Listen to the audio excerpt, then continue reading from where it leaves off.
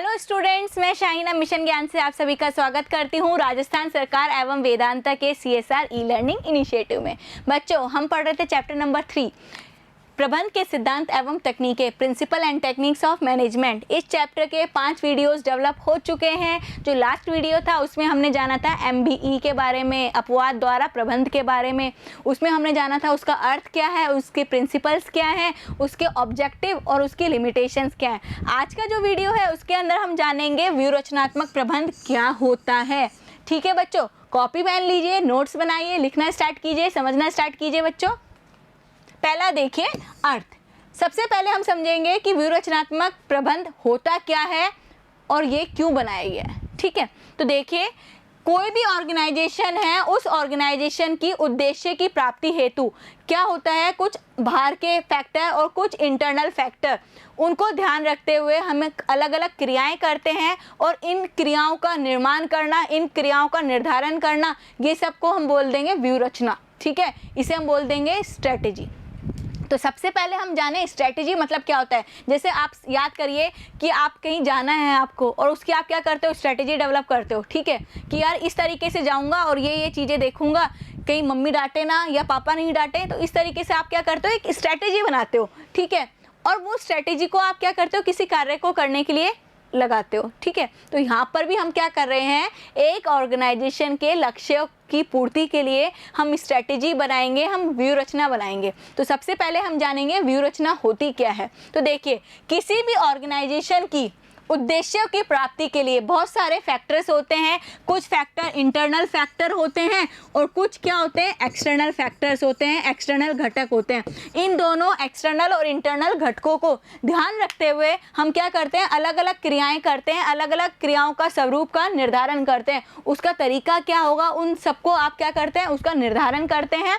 और ये सब निर्धारण करना को हम क्या बोल देंगे, व्यूहरचना बोल देंगे। और ये सब चीज़ें क्या हो जाएंगी, स्ट्रेटेजी में आ जाएंगी। तो स्ट्रेटेजी क्या है, स्ट्रेटेजी एक ऐसा तरीका है जिसके अंदर आप एक्सटर्नल और इंटरनल फैक्टर्स को ध्यान रखते हुए आप क्रियाओं का स्वरूप निर्धारण करते हैं, और इसे हम क्या बोल देंगे, व्यूहरचना बोल देंगे। ठीक है, अब हम देखते हैं व्यूहरचना प्रबंध क्या होता है। ठीक है, तो व्यूहरचना एक ऐसी कार्य प्रणाली है, एक ऐसा फॉर्म है, तरीका है कार्य करने का, जिसमें आप क्या कर रहे हो, ऑर्गेनाइजेशन के इन्वायरमेंट को ध्यान रखते हुए उद्देश्यों की प्राप्ति कर रहे हो और अपने जो मुख्य संसाधन है, जो आपके पास रॉ मटेरियल प्रेजेंट है, उसका उपयोग कर रहे हो। तो बेसिकली एक ऐसी टेक्निक जिसके अंदर आप क्या कर रहे हो, ऑर्गेनाइजेशन के वातावरण को ध्यान रख रहे हो और आप उस अपने ऑर्गेनाइजेशन की जो उद्देश्य हैं उनकी प्राप्ति के लिए आप अपने रॉ मटेरियल, जो आपके पास उपलब्ध जो संसाधन है,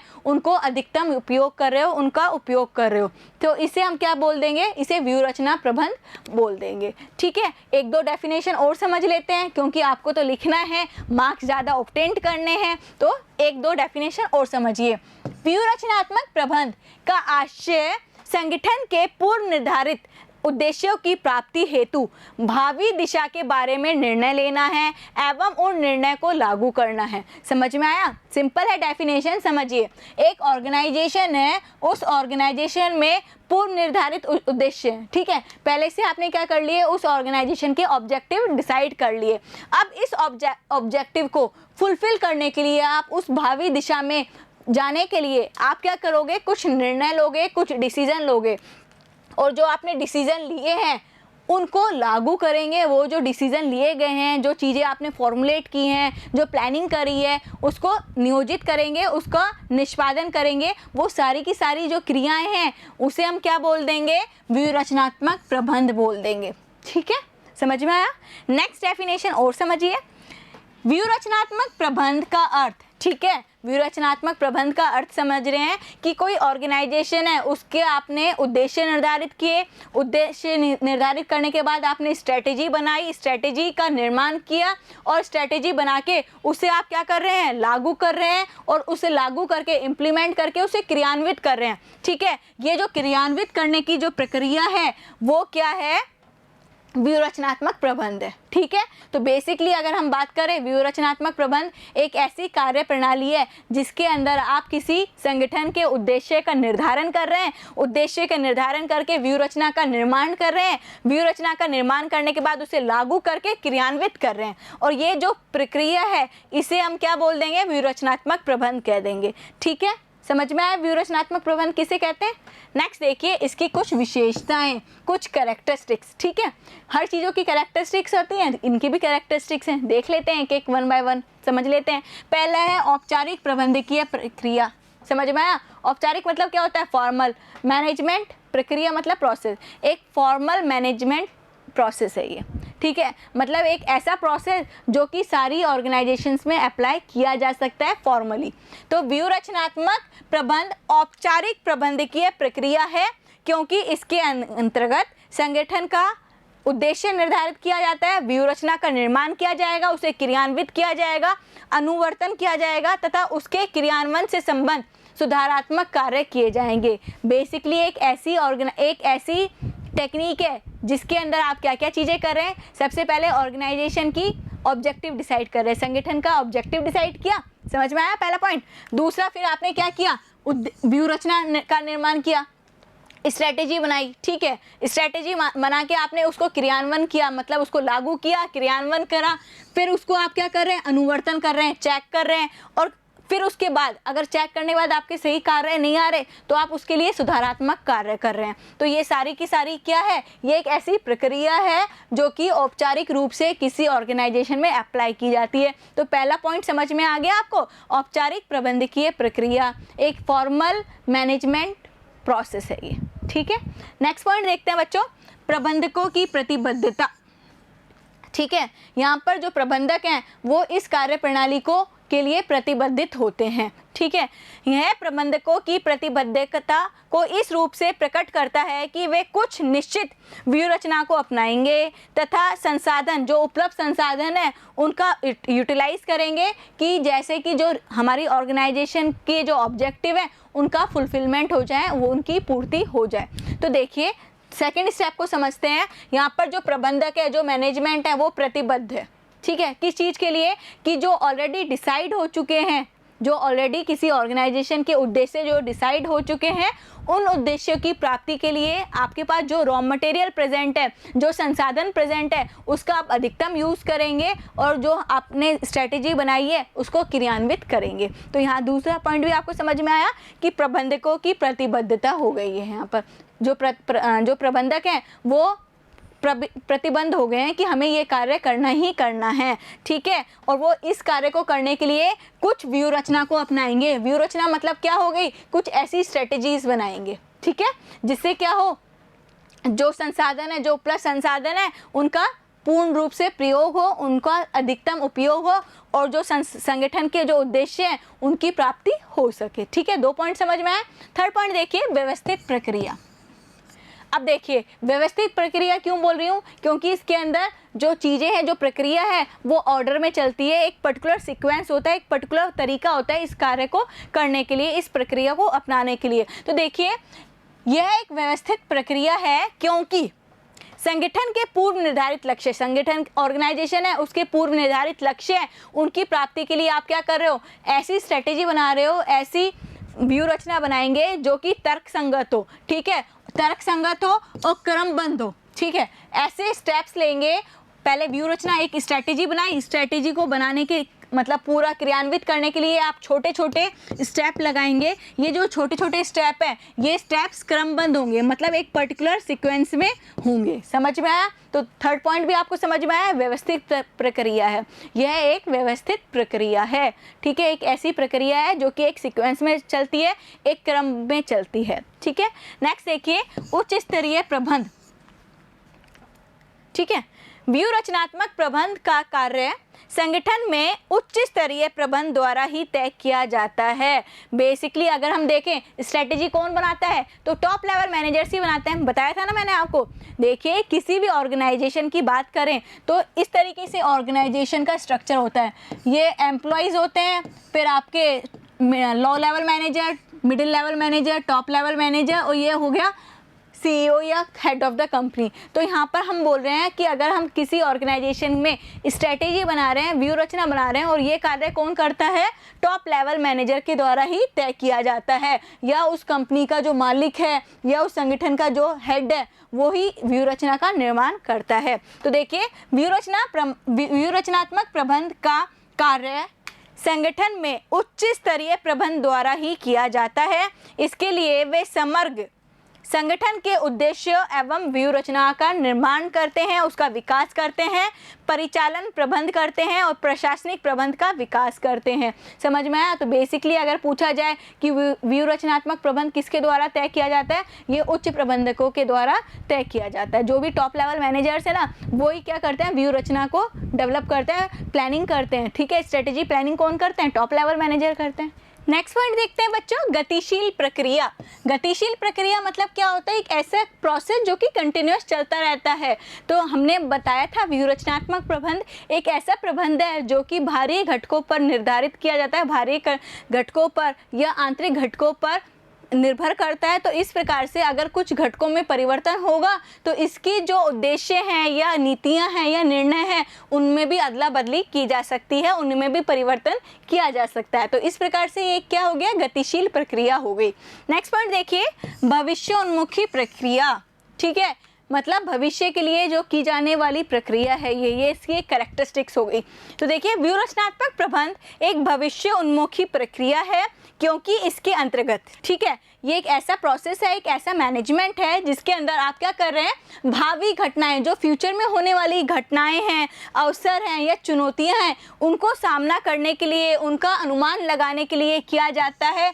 और जो आपने अनुमान लगा दिया उसके अकॉर्डिंग आप क्या करेंगे, स्ट्रेटेजी बनाएंगे, उसके अकॉर्डिंग आप व्यू रचना का निर्माण करोगे और व्यू रचना का निर्माण करने के बाद उसे क्रियान्वित करोगे। तो इसके बाद हमें क्या मालूम चला, इसकी नेक्स्ट कैरेक्टरिस्टिक्स मालूम चली। और वो नेक्स्ट कैरेक्टरिस्टिक क्या थी, क्या विशेषताएं थी, कि एक भविष्य उन्मुखी प्रक्रिया है। ठीक है बच्चों, तो हमने 6 कैरेक्टरिस्टिक्स इसकी जानी। ठीक है, नेक्स्ट पॉइंट है इसका, व्यू रचनात्मक प्रबंध का महत्व क्या होता है, जो स्ट्रेटेजिक मैनेजमेंट है उसका इम्पोर्टेंस क्या है, उसकी मैनेजमेंट की महत्व क्या है। तो एक बार स्टेप बाय स्टेप पढ़ते हैं इसको बच्चों।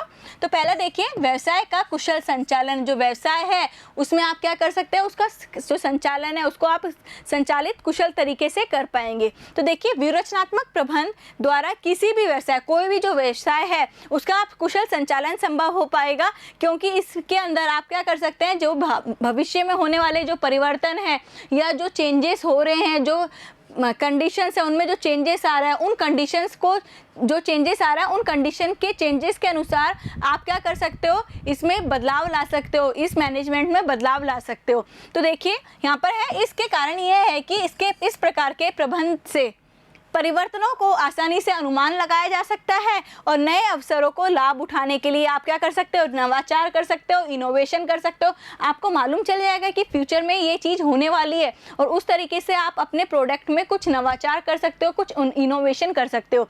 और भविष्य का अनुमान लगाते हुए आप क्या कर सकते हो, व्यावसायिक जोखिम के ऊपर काम कर सकते हो, व्यावसायिक जोखिम को कम कर सकते हो। और व्यावसायिक जोखिम क्या होता है, बिजनेस रिस्क। ठीक है, बिजनेस रिस्क वो कंडीशन है जिससे किसी बिजनेस को नुकसान पहुंचता है या जो उसका लाभ है वो अपर्याप्त मात्रा में मिलता है। मैंने आपको चैप्टर नंबर 1 में बताया था इसके बारे में। इसके अतिरिक्त व्यावसायिक अवसरों का लाभ भी उठाया जा सकता है और इससे क्या हो सकता है, आप क्या कर सकते हो, जो व्यावसायिक के अवसर हैं, जो आपके बिजनेस में अपॉर्चुनिटीज़ हैं, उनका लाभ भी उठा सकते हो। तो फर्स्ट पॉइंट आपको समझ में आ गया, ये एक महत्व है। दूसरा देखिए, उद्देश्यों की स्पष्टता एवं प्रेरणा।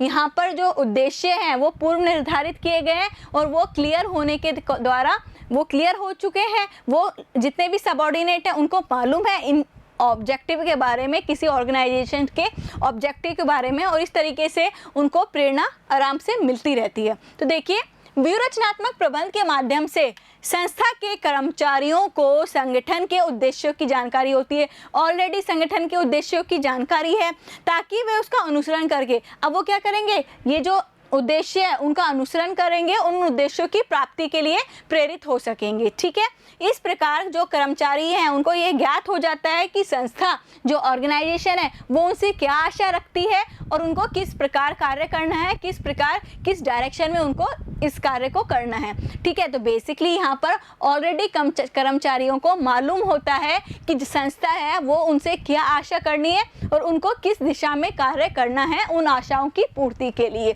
ठीक है बच्चों, नेक्स्ट पॉइंट पढ़ते हैं। वातावरण चुनौतियों को सामना एवं अवसरों का लाभ। व्यूहरचनात्मक प्रबंध से प्रबंधकीय वातावरण चुनौतियों को न केवल सामना करने हेतु में सक्षम हो जाते हैं अपितु विशेष अवसरों का लाभ उठाने के भी योग्य हो जाते हैं। यहाँ पर इस प्रकार के जो प्रबंध के अंदर जो अलग अलग प्रबंधक हैं वो क्या हो जाते हैं, वो प्रेरित हो जाते हैं, उनको मालूम चलने लगता है कि ये अवसर आ सकते हैं, ये चुनौतियां हैं फ्यूचर में होने वाली, उन चुनौतियों का सामना करने के लिए वो तैयार हो जाते हैं, सक्षम हो जाते हैं। ठीक है बच्चों, तो थर्ड पॉइंट भी आपको समझ में आ गया। नेक्स्ट पॉइंट देखिए, सर्वश्रेष्ठ निर्णय में सहायता।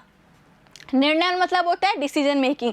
बेसिकली जब आपको पहले से ऑब्जेक्टिव पता है तो उस ऑब्जेक्टिव के अनुसार आप क्या कर पाएंगे, डिसीजन ले पाएंगे। तो इस तरीके से आप क्या कर पाएंगे, सर्वश्रेष्ठ निर्णय कर पाएंगे, सर्वश्रेष्ठ डिसीजन ले पाएंगे। तो यहाँ पर कह रहे हैं जो व्यूहरचनात्मक प्रबंध है उसके अंदर आप सर्वश्रेष्ठ निर्णय लेने में सहायता करता है। ये जो व्यूहरचनात्मक प्रबंध है वो अच्छे तरीके से आपको डिसीजन लेने में हेल्प करता है, सहायता करता है, क्योंकि इससे क्या है, वह आवश्यक तत्व सम्यक तथा सूचनाएं उपलब्ध कराता है। कैसे होगा, अब देखो किसी चीज़ के बारे में आपको डिसीजन लेना है, अब वो डिसीजन किस प्रकार लिए जाएंगे, सबसे पहले आपके पास इंफॉर्मेशन होनी चाहिए। तो ये जो व्यूहरचनात्मक प्रबंध है ये अपने प्रबंधकों को आप इंफॉर्मेशन प्रोवाइड करता है, सम्यक प्रोवाइड करता है, फैक्ट्स प्रोवाइड करता है। ठीक है, तो आवश्यक एलिमेंट बता देगा, सम्यक बता देगा, सूचनाएं बता देगा। पहला पॉइंट समझ में आया, किस तरीके से निर्णय में सहायता लेता है। तो दूसरा पॉइंट देखिए, संस्था की मुख्य समस्या की जांच में सहायता करता है। जो ऑर्गेनाइजेशन है उसकी जो मुख्य समस्या है उसको पूर्ण करने से, उसको सॉल्व करने में सहायता करता है। तीसरा है ये महत्वपूर्ण निर्णय लेने का व्यवस्थित तरीका है। ये जितने भी इम्पोर्टेंट जो मैटर होते हैं उन पर डिसीजन लिया जाता है, उसको उस डिसीजन को लेने का ये सबसे अच्छा तरीका है। ठीक है, स्ट्रेटेजिक मैनेजमेंट एक बहुत ही अच्छा तरीका है जिससे आप किसी भी महत्वपूर्ण डिसीजन या महत्वपूर्ण निर्णय ले पाएंगे। नेक्स्ट देखिए, वह सर्वोत्तम विकल्प को दर्शाता है। इससे मालूम चलता है आपको कि आपकी ऑर्गेनाइजेशन के पास बेहतर विकल्प कौन सा है और आपको उस विकल्प को किस तरीके से यूटिलाइज करना है। ठीक है, क्योंकि यहाँ पर क्या है, ऑलरेडी आपके पास बहुत सारे विकल्प मौजूद हैं। ठीक है, फ्यूचर में होने वाली क्या क्या कंडीशंस हैं, क्या क्या चेंजेस आएंगे, तो आपके पास विकल्प हैं और इन विकल्पों में से आप बेहतर विकल्प को चुन सकते हैं। ठीक है, नेक्स्ट पॉइंट देखिए, प्रबंधकों को भविष्य की सोचने हेतु बाध्य करता है। यहाँ पर ये एक ऐसी प्रक्रिया है, एक ऐसी टेक्निक है जिसके अंदर मैनेजर क्या करते हैं, फ्यूचर में होने वाली जो बातें हैं, फ्यूचर में होने वाले जो पॉइंट्स हैं उनके बारे में सोचते हैं। ठीक है, उनको मालूम चलता है कि हाँ ये सब चीज़ें हो पाएंगी, तो जो अवसर हैं, जो चुनौतियाँ हैं उनको उनका सामना करने के लिए प्रबंधकों को हेल्प करता है। ठीक है, नेक्स्ट पॉइंट देखिए, कर्मचारी अभिप्रेरणा में सुधार। ठीक है, मोटिवेशन में सुधार आएगा, जो एम्प्लॉइज मोटिवेशन है उसमें सुधारात्मक कार्य किए जाते हैं। तो देखिए, व्यूहरचनात्मक प्रबंध द्वारा, ठीक है, व्यूहरचनात्मक प्रबंध द्वारा व्यूहरचनात्मक नियोजन में निहित आवश्यक कदमों में उद्देश्य एवं लक्ष्यों का स्पष्टीकरण होता है। यहाँ पर ये कह रहे हैं, अगर आप मान करें मैनेजमेंट बाय स्ट्रेटेजी, अगर आप स्ट्रेटेजिक मैनेजमेंट कर रहे हो तो उसके अंदर आप क्या करेंगे, व्यूहरचनात्मक नियोजन भी करेंगे। आपने क्या की, स्ट्रेटेजी बनाई, फिर उसकी प्लानिंग करी और प्लानिंग के साथ साथ आप क्या करोगे, कुछ आवश्यक कदम भी उठाओगे। ठीक है, और ये आवश्यक कदम के अंदर आप हर एक स्टेप के अंदर आपको लगने लगेगा कि आप क्या कर रहे हैं, लक्ष्य की ओर अग्रसर हो रहे हैं, लक्ष्य की ओर जा रहे हैं। ठीक है, तो इस तरीके से क्या होगा, आप अपने जो कर्मचारी हैं उनको उनके कार्य के अनुसार, जैसे वो कार्य कर रहे हैं, जैसे वो कार्य निष्पादित कर रहे हैं उसके अनुसार उनको क्या दे सकते हैं, पुरस्कार दे सकते हैं, उनको अभिप्रेरण कर सकते हैं। तो यहाँ पर देखिए, उत्पादिका पुरस्कार संबंधों की कर्मचारियों द्वारा प्रशंसा की जाती है और इन सब के स्वरूप जो कर्मचारी है उसमें क्या होता है, अभिप्रेरण होता है, मोटिवेट होते हैं। तो बेसिकली एक ऐसा प्रोसेस है जिसके अंदर आपने क्या किया, आपने ऑब्जेक्टिव डिसाइड कर लिए ऑब्जेक्टिव डिसाइड कर लिए, स्ट्रेटेजी ऑब्जेक्टिव डिसाइड कर लिए ऑर्गेनाइजेशन के, फिर उसके बाद आपने नियोजन किया। अब नियोजन कर रहे हैं, प्लानिंग कर रहे हैं, कार्य निष्पादित कर रहे हैं। अभी कार्य निष्पादित कौन कर रहा है? कर्मचारी निष्पादित कर रहे हैं। अगर कोई कर्मचारी कुछ इस प्रकार कार्य करता है जो कि भावी दिशा की ओर अग्रसर होता है, मतलब लक्ष्यों की प्राप्ति की ओर अग्रसर होता है, तो ऐसी कंडीशन में उनको उत्पादकता पुरस्कार दिया जाता है। और ये जो उत्पादकता पुरस्कार है या एफिशिएंसी का जो रिवॉर्ड दिया जा रहा है एम्प्लॉयज़ को, उससे वो अभिप्रेरित होते हैं। ठीक है बच्चों। परिवर्तनों के प्रतिरोध में कमी, ठीक है, तो मैंने आपको बताया था जो व्यूह-रचनात्मक प्रबंध एक ऐसा प्रबंध है जो कि इंटरनल और एक्सटर्नल फैक्टर्स पर बेस्ड होता है। ठीक है, तो देखिए यहाँ पर व्यूह-रचनात्मक प्रबंध परिवर्तनों के प्रतिरोध में कमी लाता है। ठीक है, क्योंकि यहाँ पर जो कर्मचारी हैं वो भी अपनी सहभागिता प्रदान करते हैं, क्या करते हैं, वो भी साथ में हेल्प करते हैं, और जितनी भी भ्रांतियाँ होती हैं, जितनी भी अफवाहें होती हैं या मिथ्या या धारणाएं, उन सबको ये दूर करता है। ठीक है, तो बेसिकली अगर हम बात करें, जो व्यूह-रचनात्मक प्रबंध एक ऐसा प्रबंध है जिसके अंदर अधीनस्थों को भी समन्वय किया जाता है किसी भी कार्य के लिए, और उनसे भी विचार विमर्श करा जाता है, उनको वो आर्थिक प्रेरणा देता है और उचित परिवर्तन के लाभ को बताता है। बेसिकली व्यूह-रचनात्मक प्रबंध एक ऐसा प्रबंध है जिसके अंदर सहभागिता होती है, एक ऐसा प्रबंध जिसके अंदर जितने भी एम्प्लॉयज़ हैं, सबऑर्डिनेट हैं, उनकी सहभागिता होती है और उनसे विचार विमर्श किया जाता है, परिवर्तन की स्थिति में आर्थिक प्रेरणा दी जाती है और उचित परिवर्तन के लाभ बताए जाते हैं, और उनको बताया जाता है कि इस चीज़ को करने से जो प्रतिस्पर्धा है उसका विकास होगा, कंपटीशन की भावना आएगी, और इस तरीके से इजी तरीके से क्या हो सकता है, एक ऑर्गेनाइजेशन में इजी तरीके से आप किसी परिवर्तन को लागू कर पाएंगे। तो बेसिकली अगर हम समझें, व्यूह-रचनात्मक प्रबंध एक ऐसा प्रबंध है जो कि प्रतिरोध में कमी लाता है। ठीक है बच्चों, तो आज की वीडियो में हमने जाना व्यूह-रचनात्मक प्रबंध क्या होता है, उसकी डेफिनेशन को समझा, उसके अर्थ को जाना, और दूसरा हमने जाना इसकी कुछ विशेषताएं, और जो थर्ड पॉइंट था उसके अंदर हमने जाना इसका महत्व। जो नेक्स्ट वीडियो है उसके अंदर हम पढ़ेंगे अभ्यास प्रश्न of chapter number 3। Thank you.